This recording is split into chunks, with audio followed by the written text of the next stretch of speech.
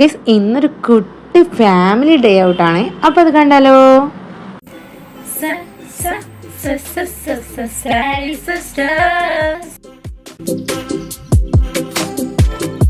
Welcome back to our YouTube channel starry sisters.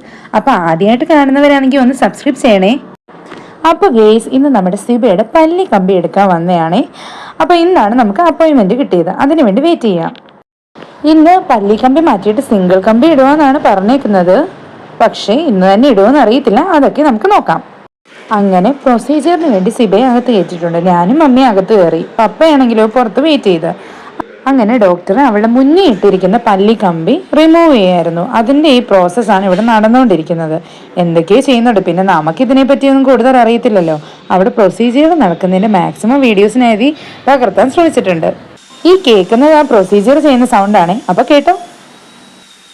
അപ്പൊ ഞാനും mummy ഇങ്ങനെ പറയുന്നുണ്ടായിരുന്നു, എന്തൊക്കെയോ ദൈവമേ, ഒരു പല്ലിക്കമ്പി ഇട്ടിട്ട് അത് എടുക്കുമ്പോൾ ഉള്ള പ്രൊസീജിയേഴ്സ് എന്തൊക്കെയോ മറ്റേ ഡ്രില്ലിംഗ് മെഷീൻ ഉപയോഗിച്ച് ആണി ഇടാൻ വേണ്ടി ഇടുമല്ലോ, അതേ ഒരു സൗണ്ടായിരുന്നു. പിന്നെ ഇടയ്ക്കിടയ്ക്ക് ഇത് ക്ലീൻ ആക്കുമ്പോൾ ഇങ്ങനെ ബ്ലഡ് വരുന്നുണ്ട്. അത് പിന്നെ വാഷ് ചെയ്തിട്ട് നമ്മൾ വീണ്ടും കിടക്കുന്നുണ്ട്. അതിനുശേഷം പിന്നെ ഈ കാണുന്നതെന്ന് വെച്ചാൽ സിംഗിൾ കമ്പി ഇടാൻ വേണ്ടി നമ്മുടെ ടീത്തിൻ്റെയൊക്കെ അളവെടുക്കുന്നേ ഇപ്പൊ കണ്ടത്. അതിനുശേഷം അവൾ വെയിറ്റ് ചെയ്യുകയാണ്. വീണ്ടും എന്തോ ഒരു വട്ടം കൂടി ഇങ്ങനെ അളവെടുക്കുന്നുണ്ട്.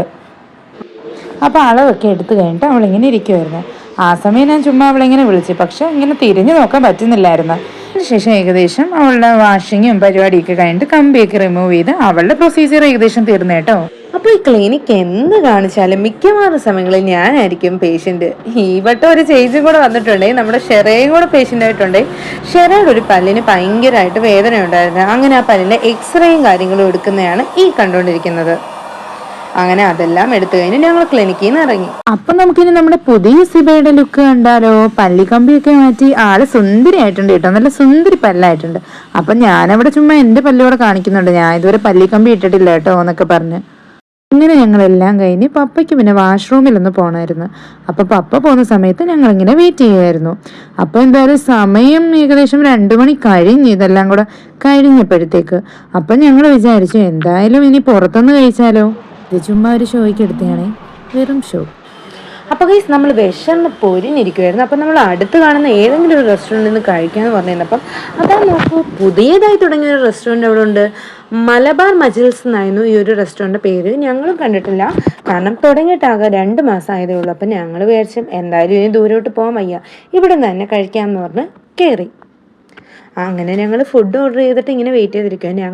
ഞങ്ങൾ ഓർഡർ ചെയ്തത് ഒരു ചിക്കൻ മന്തി, പിന്നെ അതിനുശേഷം ചിക്കൻ ഫ്രൈഡ് റൈസ്, ഒരു ചിക്കൻ നൂഡിൽസ്. അത്യാവശ്യം റേറ്റും കാര്യങ്ങളൊക്കെ നമുക്ക് അഫോർഡബിൾ ആയിട്ടുള്ളത് തന്നെയാണ്.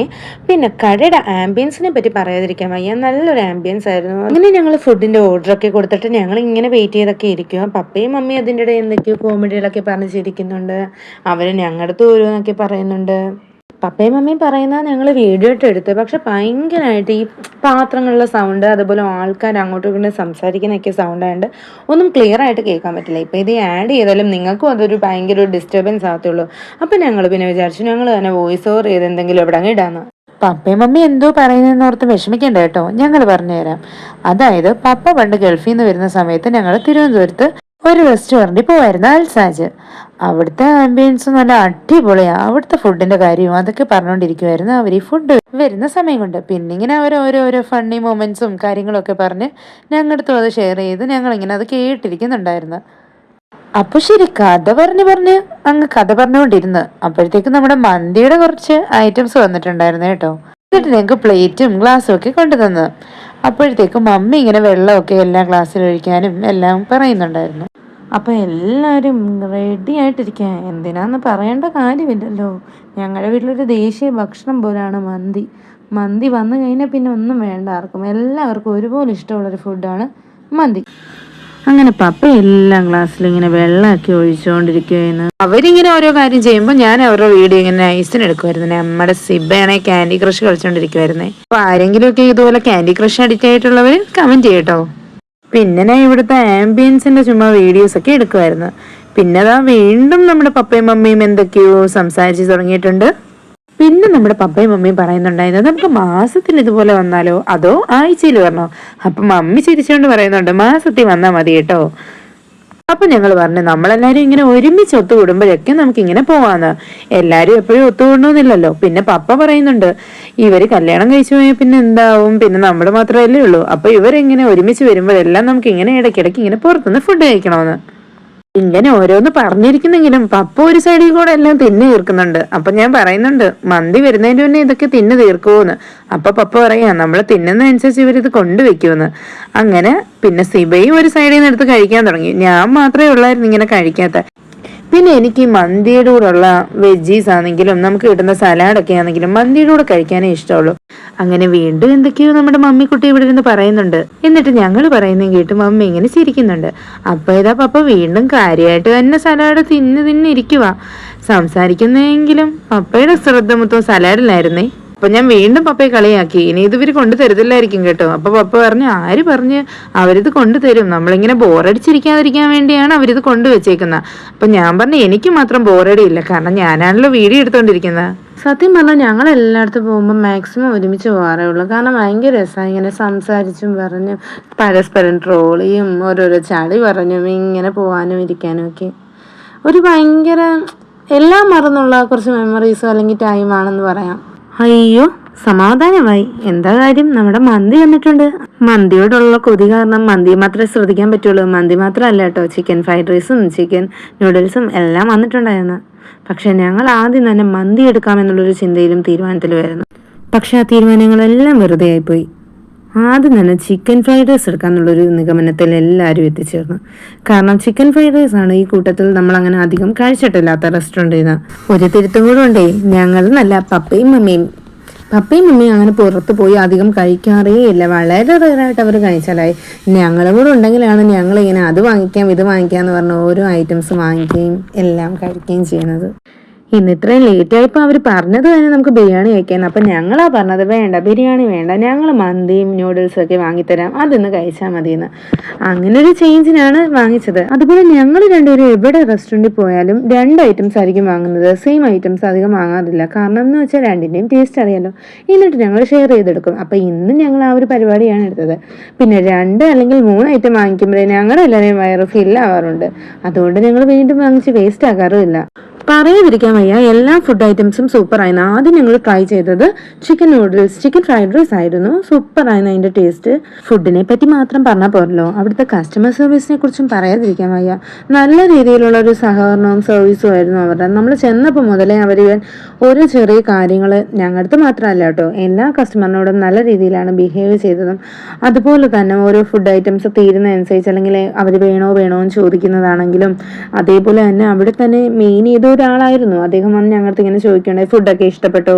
അപ്പോഴാണ് അങ്ങനെ ഞങ്ങൾ പറഞ്ഞത് ഇവിടെ 2 മാസം ആയതേ ഉള്ളൂ ഈ റെസ്റ്റോറൻറ്റ് സ്റ്റാർട്ട് ചെയ്തിട്ടെന്നൊക്കെ. അപ്പോൾ കൊട്ടാരക്കരയുള്ളവരാണെങ്കിൽ തീർച്ചയായും ഒന്ന് ട്രൈ ചെയ്യണം ഈ ഒരു റെസ്റ്റോറൻറ്റ്. അടിപൊളി ടേസ്റ്റാണ്, അതേപോലെ പ്രൈസ് ആണെങ്കിലും അഫോർഡബിൾ ആയിട്ടുള്ളതാണ്. ചിക്കൻ ഫ്രൈഡ് റൈസ് കഴിച്ചുകൊണ്ടിരിക്കുമ്പോഴും ഞങ്ങളുടെ എല്ലാവരെയും കണ്ണ് ഏതിലോട്ടാ സംശയമുണ്ടോ? ചിക്കൻ മന്തിയിലോട്ട് തന്നെ.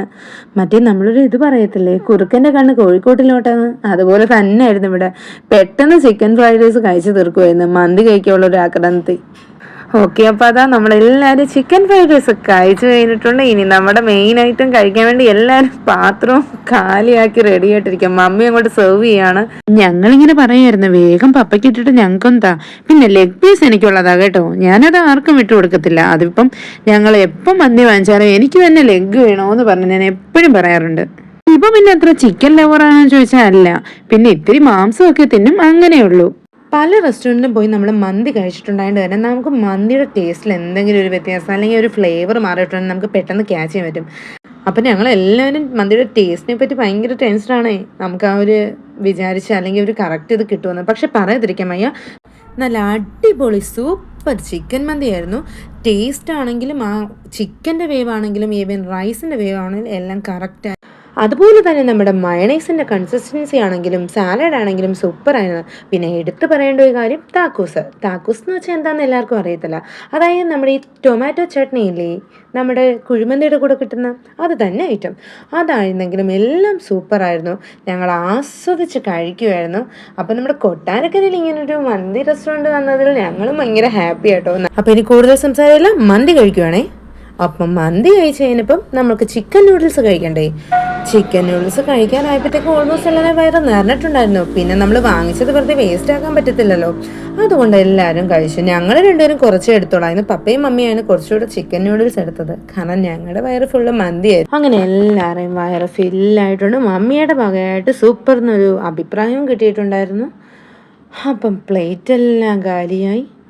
ഇനി വേറെ പരിപാടിയൊന്നുമില്ല, കൈ കഴുകുക, വീട്ടിലോട്ട് പോവുക. അപ്പം അതിൻ്റെ ഇടയിൽ ഷെറ എന്തൊക്കെയോ ഫുഡിനെ പറ്റിയും റെസ്റ്റോറൻറ്റിനെ പറ്റിയൊക്കെ കാര്യമായിട്ട് പറയാം. നേരത്തെ പറഞ്ഞതുപോലെ തന്നെ ഇവിടുത്തെ വോയിസ് ഒട്ടും നമുക്ക് ക്ലിയർ ആയിട്ട് കിട്ടിയിട്ടില്ല, അതിന് അത്രയും ഒരു നോയ്സ് ഉണ്ടായതുകൊണ്ട്. അപ്പോൾ അതുകൊണ്ട് തന്നെ ഞങ്ങൾ ഓൺ വോയിസ് ചെയ്തു. പിന്നെ ഞങ്ങൾ കൈയൊക്കെ കഴുകി വാഷ്റൂമിലൊക്കെ പോയി. എന്നിട്ട് ഞങ്ങൾ റെസ്റ്റോറൻറ്റിൽ നിന്ന് ഇറങ്ങി. അതിനുശേഷം ഞങ്ങൾ അടുത്തുള്ളൊരു അക്വേറിയത്തിലോട്ട് പോയിട്ടുണ്ടായിരുന്നു. അവിടെ നിന്ന് കുറച്ച് മീൻ വാങ്ങാൻ വേണ്ടിയായിരുന്നു. അങ്ങനെ നമ്മൾ ഗോൾഡ് ഫിഷ് അങ്ങനത്തെ കുറച്ച് ഫിഷിനെ നോക്കിയായിരുന്നു പോയത്, പക്ഷെ അവിടെ അതില്ലായിരുന്നു. അതുകൊണ്ട് നമ്മളത് വാങ്ങിയിട്ടില്ലായിരുന്നു. പിന്നെ അതിനുശേഷം ഞങ്ങൾ അവിടെ നിന്ന് കുറച്ച് ഫോട്ടോസും വീഡിയോസും ഒക്കെ അതിൻ്റെ എടുത്തു. എന്നിട്ട് നേരെ വീട്ടിലോട്ട് പോകാൻ വേണ്ടി ബസ് കയറാൻ വേണ്ടിയുള്ള നടത്തിയായിരുന്നു. പിന്നെ മീനെല്ലാം ഇങ്ങനെ കൂടി കിടക്കുന്ന കാണാൻ നല്ല ഭംഗിയുണ്ടായിരുന്നു. അങ്ങനെ ഞങ്ങൾ ചുമ്മാ കുറച്ച് വീഡിയോസൊക്കെ ക്യാപ്ചർ ചെയ്തു. അപ്പോൾ ഇന്നൊരു സൂപ്പർ ഡേ ആയിരുന്നു. പിന്നെ പപ്പയും ചെറിയ മുന്നിൽ നടക്കുമായിരുന്നു, ഞാനും മുന്നിൽ ബാക്കിലായിരുന്നു. അപ്പോൾ ഓക്കെ, ബൈ ബൈ. ഞങ്ങളുടെ വീഡിയോ ഇഷ്ടപ്പെട്ടെങ്കിൽ മറക്കാതെ സബ്സ്ക്രൈബ് ചെയ്യൂ, സപ്പോർട്ട് ചെയ്യൂ. മറ്റൊരു വ്ളോഗുമായി വീണ്ടും കാണാം.